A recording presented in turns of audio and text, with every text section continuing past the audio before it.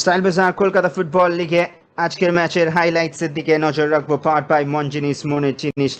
আজ ব্যারাকপুরের বিভূতিভূষণ বন্দ্যোপাধ্যায় স্টেডিয়াম থেকে ম্যাচ নম্বর 88 এ লড়াই ছিল এরবিএন ক্লাব এবং মেজরেস ক্লাবের মধ্যে।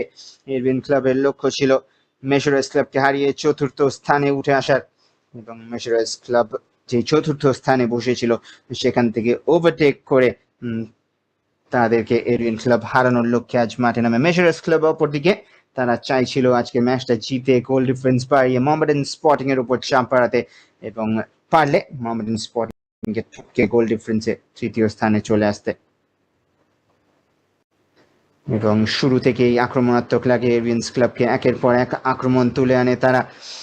প্রথমার্ধের হাইলাইটসটা দেখে যেন মনে হবে ওয়ান সাইডেড, তবে একটা মাত্র সুযোগ মেজরেস ক্লাবের কাছেও চলে এসেছিল। প্রথম শটটা আসে সৈকত সরকারের পা থেকে, এবং তারপরে যে একমাত্র সুযোগের কথা বলছিলাম মেজরেস ক্লাবের, সেটা তৈরি করে দেন সৌরভ ঘোষ, যেখান থেকে সীমান্ত কিস্কু পারতেন দলকে প্রথম গোলটা এনে দিতে।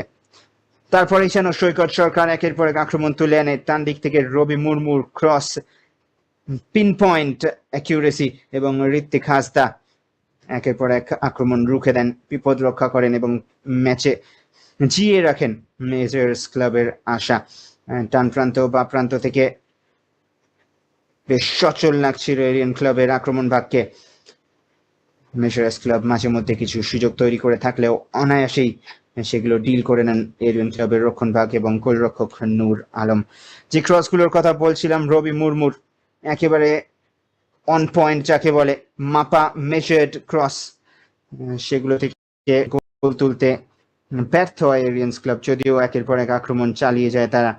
সেই কারণেই প্রথমার্ধে গোল আসেনি। শেষ সুযোগটা অবশ্যই এসেছিল মেজরেস ক্লাবের জন্য, এবং তারপরেই হয়তো কিছুটা আত্মবিশ্বাস ফিরে পায় তারা, যেটা কালেক্ট করে নিয়েছিল নূর আলম। প্রথমার্ধে গোল আসেনি, তবে দ্বিতীয়ার্ধে একেবারেই ভিন্ন পরিকল্পনা, ভিন্ন ইন্টেন্ট নিয়ে মাঠে নামে মেজরেস ক্লাব।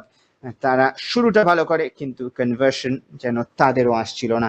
একের পর এক সুযোগ দুই দলেরই টার্ন ওয়াইজ অ্যাটাকে চলে আসে তারা, কিছু সময় এরিয়ান্স ক্লাব, কিছু সময় মেজরেস, তবে বেশি ওপেন চান্সেস যেন এসে গিয়েছিল মেজরেস ক্লাবের জন্য, যেগুলো কনভার্ট করতে ব্যর্থ হয় তারা। এবং এই সুযোগগুলো বৃষ্টি ভেজা মাঠে কনভার্ট করতে পারলে ফিরে আসা মুশকিল হতো ম্যাচে এরবিএন ক্লাবের জন্য। এখানে ওপেন চান্স মিস করে দেন সুদীপ শর্মা সরকার। মোহাম্মদ মুবিন নামার পরেই সচল লাগে তাদের আক্রমণ ভাগকে, তবে অপরদিকে একই রকম একটা সুযোগ নষ্ট করে দেন সময় সোম। অপরদিকে দূরপাল্লার শটটা টার্গেটে থাকলেও পরাস্ত করতে পারেননি শাকিল আহমেদ। দুই গোলরক্ষকই ভালো খেলছিলেন, তবে ডিফেন্সিভ কিছু এরার্স দেখি। ভারী বৃষ্টি হওয়ার ফলে একটু স্লিপারি হয়ে যায় গ্রাউন্ড কন্ডিশনস। মোহাম্মদ মুবিন এক্ষেত্রে কনভার্ট করতে পারেননি ওয়ান অন ওয়ান নূর আলমের বিরুদ্ধে। আরো কিছু চান্সেস ক্রিয়েট হয়ে যায় এক্ষেত্রে, আবারও মুবিন আলম ফাঁকা জালে বল জড়াতে ব্যর্থ হন। মেজরেস ক্লাব স্কোর লাইনটা 2-0 হয়তো তাদের ফেভারেই করে নিতে পারত, তবে সেটা না করার ফলে এবং কিছু ভালো সেভস এর ফলে নূর আলমের, এবং গোল লাইন ক্লিয়ারেন্স এর পরেই যেন ঘুরে দাঁড়ায় এরিয়ান্স ক্লাব। তারা বিশ্বাস করতে শুরু করে যে এখনো সময় রয়েছে তাদের কাছে আজকের ম্যাচে 3 পয়েন্ট তুলে নেওয়ার, এবং সেই কারণেই সময় সোম, অমরনাথ পাস্কি এবং সাবস্টিটিউট সাগর সর্দার তিনজনেই জেগে ওঠে হঠাৎই, এবং তারপরেই কন্ট্রোল নিয়ে নেয় এরবিএন ক্লাব, আধিপত্য বজায় রাখে আবারও শেষ কিছু মুহূর্তে। এবং 86 মিনিটের মাথায় ডান দিক থেকে ক্রস ভেসে আসে সময় সোম, ফ্রি হেডার এবং টপ কর্নার ফিনিশ।